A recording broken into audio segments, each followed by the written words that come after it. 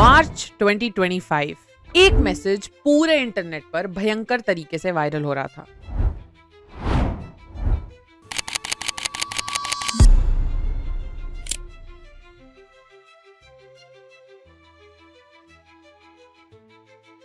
C++ is a horrible language. Stop starting new projects in C++.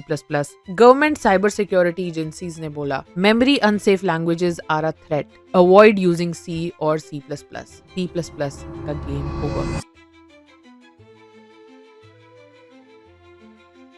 और ये message किसी influencer या किसी बिग टेक कंपनी का नहीं था। ये मैसेज एक 74-year-old साइंटिस्ट का था, बेयाने स्ट्राउस ट्रूप। इस मैसेज ने पूरे इंटरनेट को और पूरी कोडिंग कम्युनिटी को 2 बार सोचने पर मजबूर कर दिया। इस मैसेज में लिखा था C++ is under serious attack and we need to defend it now. और अगर तुम ये सोच रहे हो कि भाई इतनी पुरानी लैंग्वेज, लिटरली 40-year-old लैंग्वेज को कौन अटैक कर रहा है, भाई कहाँ से ला रहे हो ये न्यूज, कहाँ से पढ़ रही है हर्षिता भाई तू ये सब मैसेजेस, कौन अटैक कर रहा है इसको? और अगर तुम्हें लग रहा है कि C++ तो सिर्फ DSA करने के काम आती है या सिर्फ CP को करने में काम आती है, तो रुक जाओ भाई। अगर C++ आज ही रुक जाती है तो आधे से ज्यादा इंटरनेट रुक जाएगा, हर स्टॉक एक्सचेंज फ्रीज हो जाएगा, तुम्हारा ब्राउजर बंद हो जाएगा, हर एक वीडियो गेम जिसके तुम फैन हो वो हैंग होने लगेगी, सेल्फ ड्राइविंग कार्स रुक जाएगी, फाइटर जेट्स खराब हो जाएंगे और बहुत कुछ रुक जाएगा। ये 46-year-old लैंग्वेज आधे से ज्यादा इंटरनेट और हमारी दुनिया को आज भी चला रही है। GTA 5, Fortnite, Call of Duty ये सब गेम्स खेल के कितना ज्यादा अनरियल फील होता है, राइट? ऐसा लगता है ये गेम्स नहीं है, ये इतनी ज्यादा स्मूथ होती है, अनबिलीवेबली स्मूथ होती है, कभी भी लैग होना इज इम्पॉसिबल इन गेम्स का।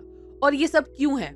ये सब इसलिए है क्योंकि इन गेम्स के पीछे एक बहुत बड़ी, बहुत स्ट्रॉन्ग लैंग्वेज खड़ी है जो कि एक 46-year-old लैंग्वेज है और उसका नाम है C++।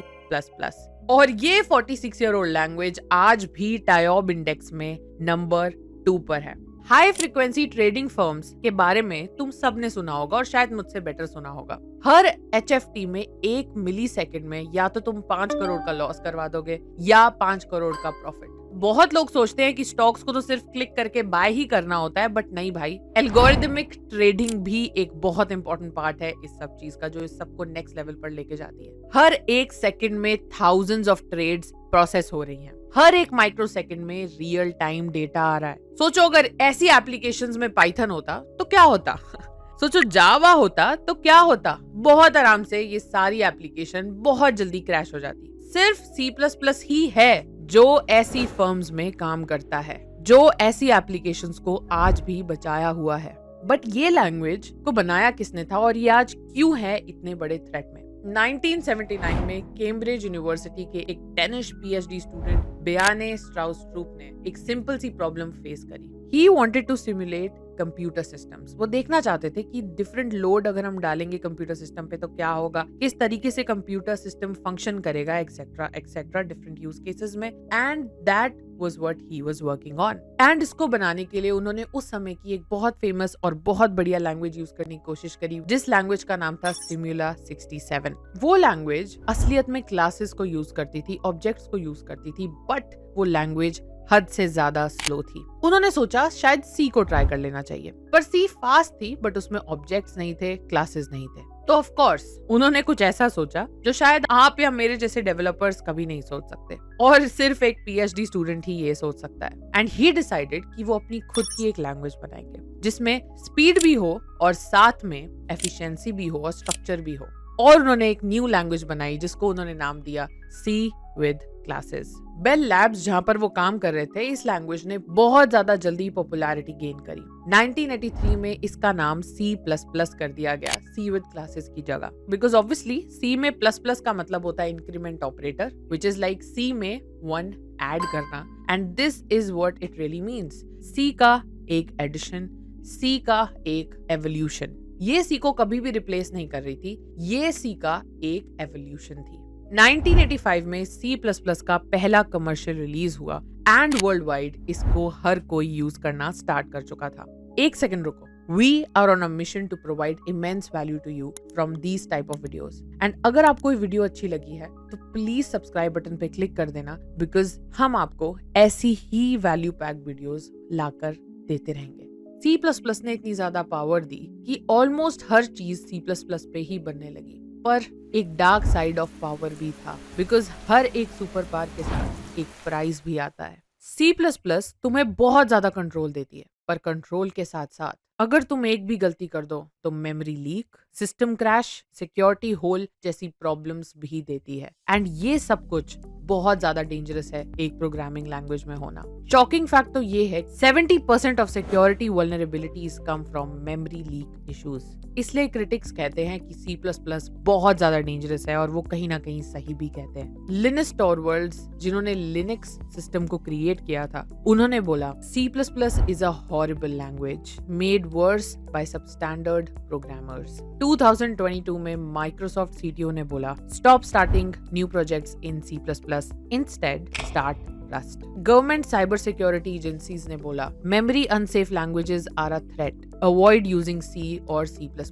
पूरी कोडिंग फ्रेटर्निटी और पूरी इंडस्ट्री ने सोचा कि C++ का गेम ओवर। लेकिन फिर एक ऐसा कमबैक हुआ जो कभी किसी ने सोचा भी नहीं था। The unexpected comeback, the unexpected game change. December 2022 world की टॉप 3 प्रोग्रामिंग लैंग्वेजेस में एक नाम C++ का भी आने लगा, अकॉर्डिंग टू टायोब इंडेक्स। जून 2024 में C++ बन गया second most love language in the world. And सब क्रिटिक्स शॉक थे, बिकॉज सबको लग रहा था C++ तो डेड होने वाली है। बट इसका आंसर सिंपल है, when performance really matters, then you really have no choice. And यही हुआ सबके साथ। C++ इतनी इनक्रेडिबल परफॉर्मेंस देती थी कि सबको उसकी परफॉर्मेंस के आगे और कुछ नहीं दिख रहा था। तो क्या C++ एक वल्नरेबल लैंग्वेज ही रही और उसके बाद भी हर जगह यूज होती है? The answer is no. C++ के सभी मेंबर्स ने ये बात एक्सेप्ट करी कि इसको हमें सेफ बनाना होगा। एंड 2011 में C++11 रिलीज ने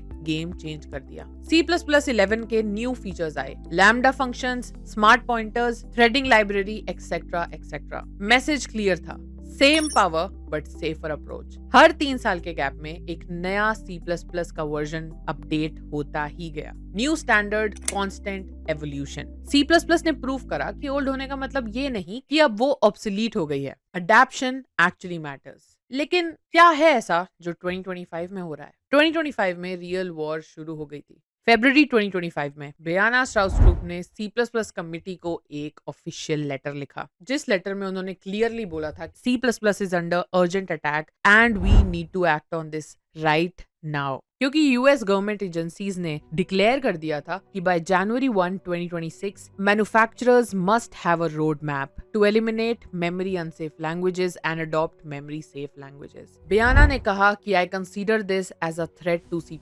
लेकिन उन्होंने हार नहीं मानी, उन्होंने सरेंडर नहीं किया, उन्होंने प्रपोज किया प्रोफाइल्स फ्रेमवर्क, जो कि मेमोरी सेफ्टी, टाइप सेफ्टी का बहुत ज्यादा ध्यान रखती है और जिससे कि लेगेसी कोड भी ब्रेक नहीं होगा। और मार्च 2025 में उन्होंने पब्लिश की the 21st century C++, 6300 words. And सबसे बड़ा मैसेज यही था कि we can't abandon a 46-year-old language. We can't abandon 46 years of code, but we can make it safer.